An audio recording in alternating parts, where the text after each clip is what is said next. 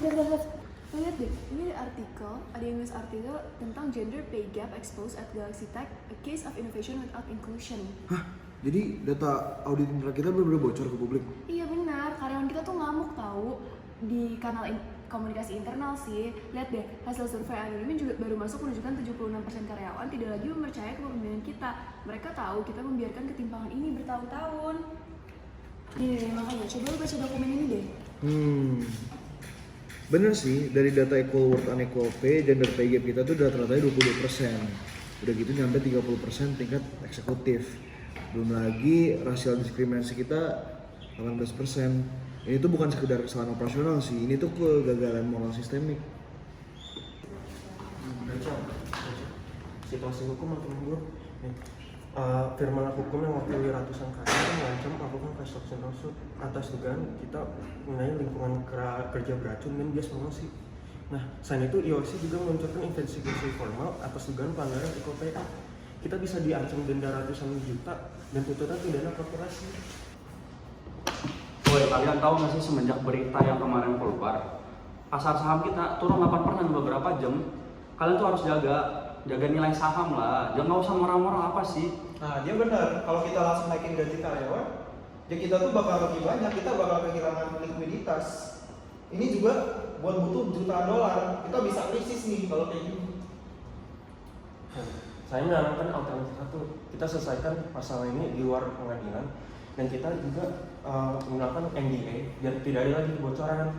Nah, kita klaim aja bahwa perbedaan performa ini dari performance metric bukan dari Gak bisa gitu Reka, itu namanya kebohongan publik. Kita tahu mantan manajer HR kita, kalau misalkan dipaksa keluar dari perusahaan hanya karena dia vokal menuntut kesetaraan upah, jika kita menggunakan NDA dan bersikap defensif, karyawan akan hanya merasa dibungkam. Kita itu di sini kehilangan talenta yang sudah kita bentuk. Ya udahlah, kehilangan karyawan emang kenapa? Mending kehilangan karyawan daripada kehilangan kepercayaan pasar saham. Dan regulasi kita tuh regulasi internasional, kita global. Ngapain kita ngikutin regulasi US? Kenapa kita nggak manfaatin aja gitu hukum yang lama? Ya nggak bisa gitu Nat. Nah justru itu letak dilemanya. Jika saya mengikuti kemauan Anda untuk membedakan standar etika kemanusiaan untuk keuntungan finansial di negara yang hukumnya longgar, maka kita adalah korporasi yang munafik.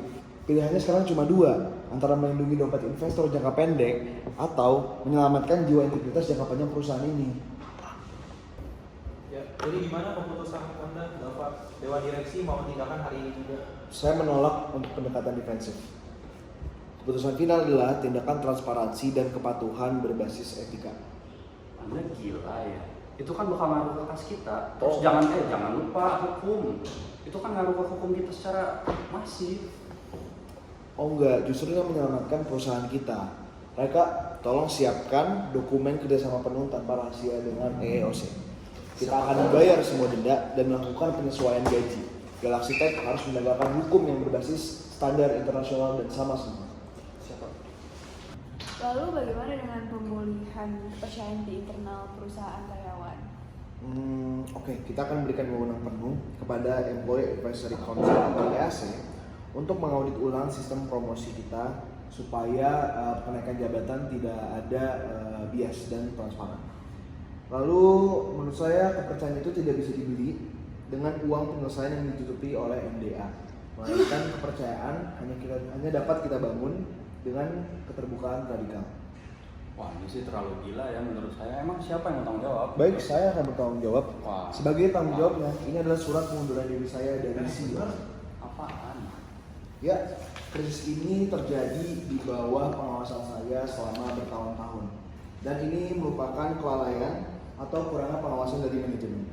Akuntabilitas sejati seorang pemimpin bukan dinilai dari bagaimana mempertahankan kekuasaan di perusahaan tersebut, tapi bagaimana dia berani untuk turun dan memberikan ruang untuk perbaikan dan kebaikan dari perusahaan ke depannya.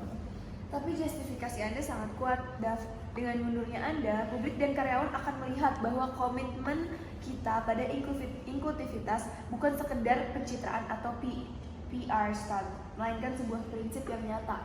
Ya, seperti yang pernah saya bilang, karyawan itu merupakan aset terbesar dari kita semua. Jika tidak berinvestasi pada karyawan, maka perusahaan kita tidak akan memiliki profit apapun untuk dilindungi ke masa depan. Perjalanan menuju penembusan atau redemption ini memang akan panjang, tapi hari ini kita memilih jalan yang benar.